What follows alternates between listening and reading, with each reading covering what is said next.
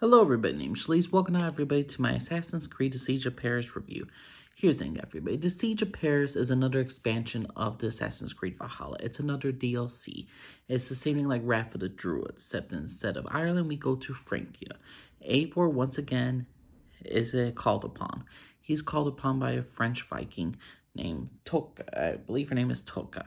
And the thing is, though, she needs help because her and her uncle Siegfried are trying to make sure that the Christians don't unite under Charles the Fat and they take over all of France. And the thing is, though, if they take over all of France, they're going to come to England and wipe out all the Danes. So Eivor's like, you know what? Let me kill this monster that's in his cradle, and let's make sure this doesn't happen. I don't want more English. I don't want more Christians coming into freaking England, trying to take over it and trying to stop the Danes and all that, stop the Vikings. So Eivor decides to go to France, helps Toka and her uncle Siegfried. And the thing is, though, even though this is a very shorter map, this map is a very shorter, and the storyline is shorter, but it's a lot more entertaining, a lot more interesting than Wrath of the Druids.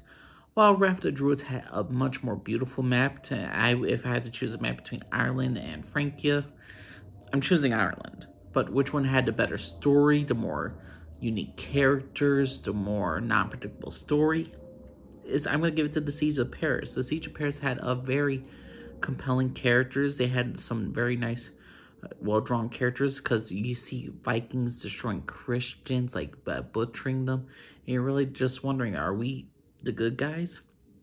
Toka's really a niche. She's very innocent. She wants to be a Viking. She wants to prove something to her dead father and to her uncle who is grieving the death of his brother. Siegfried is a typical Viking. He wants vengeance, but sometimes he goes a little bit too far. Toka, she really just wants to prove to her uncle, to prove to her father, and to prove to everybody around her that she will save the culture of the Vikings in Francia.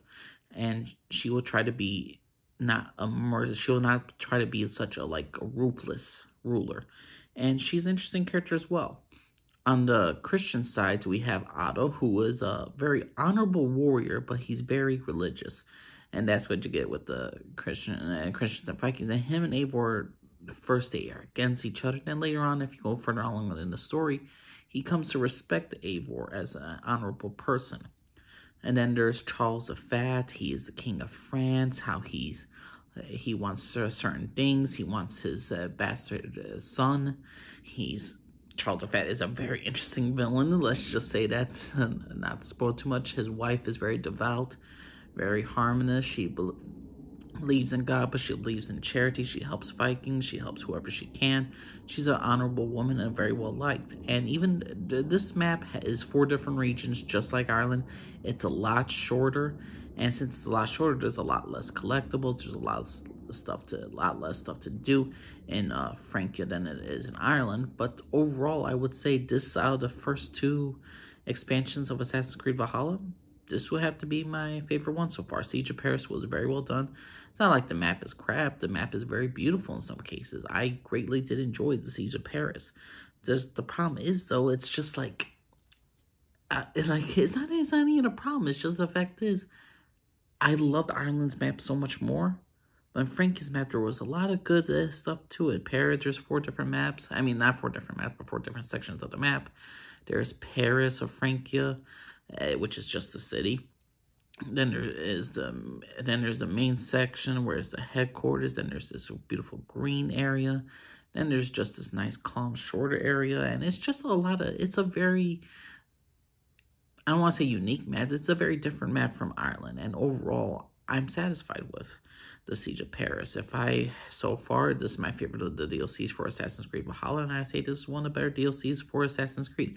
It's a lot more memorable than Wrath of the Druids. It has a lot more memorable characters. A lot more characters are not as predictable as in Wrath of the Druids, and I gotta say this was a good dang DLC. I enjoyed it. I finished it fairly quickly, and it got its job done. It was memorable characters, a good map. I can't ask for much of Assassin's Creed DLC. I got what I wanted. I got what I paid for. So to me, the Siege of Paris, I would say it's a pretty dang good play for Assassin's Creed fan. If you just want to play more Valhalla, Siege of Paris is an excellent time. It's a good map. It's not an excellent map, but out of all 5 maps I have right now, which is Ireland, Norway, England, Francia, and Finland, I'd say Frank is my least favorite, but overall, I'm satisfied with what I got. But what's your personal opinion, everybody? Did you enjoy the Siege of Paris? You think it was a great map? What do you think of Charles of Fat? Do you think he's a great villain? You like Otto? Do you like Tolka? Do you like Siegfried? How do you all feel about the characters compared to Wrath of the Druids? Please let me know what you all think. My name's Elise, for everybody. Bye-bye.